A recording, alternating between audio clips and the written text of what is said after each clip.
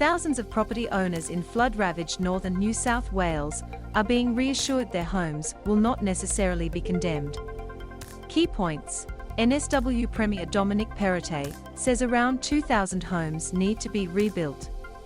NSW Premier Dominic Perrottet says around 2,000 homes need to be rebuilt, but planning and legal experts say unsafe homes could be repaired. Councils must assist displaced residents with alternative accommodation. Premier Dominic Perrottet said this morning around 2,000 homes in Lismore had been assessed by the State Emergency Service or Australian Defence Force and deemed not habitable. They will need to be rebuilt, Mr. Perrottet said. As we rebuild, we'll need to do so in a way to ensure that when the next flood occurs, we'll have less damage. M to mute, left and right arrows to seek, up and down arrows for volume. Watch 28 seconds 28s, almost 2,000 homes uninhabitable, says NSW Premier. Lismore City Council General Manager John Walker said the process of condemning buildings was complex and any initial assessment needed to be followed up before a demolition or rebuild occurred. There is no need to panic, they are not condemned, Mr. Walker said. In the majority of cases, people will not have to worry. Mr. Walker advised owners of properties assessed as unsafe to engage a builder or engineer for a second assessment and advice. He said council could also provide further assessment, but the sheer scale of inspections required across the northern rivers could result in lengthy delays.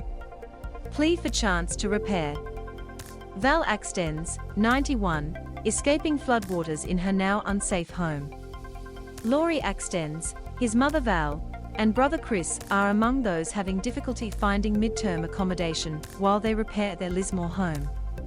We'll be going back into our home, Mr. Axtens said. They'd be insane to level all those structurally sound homes.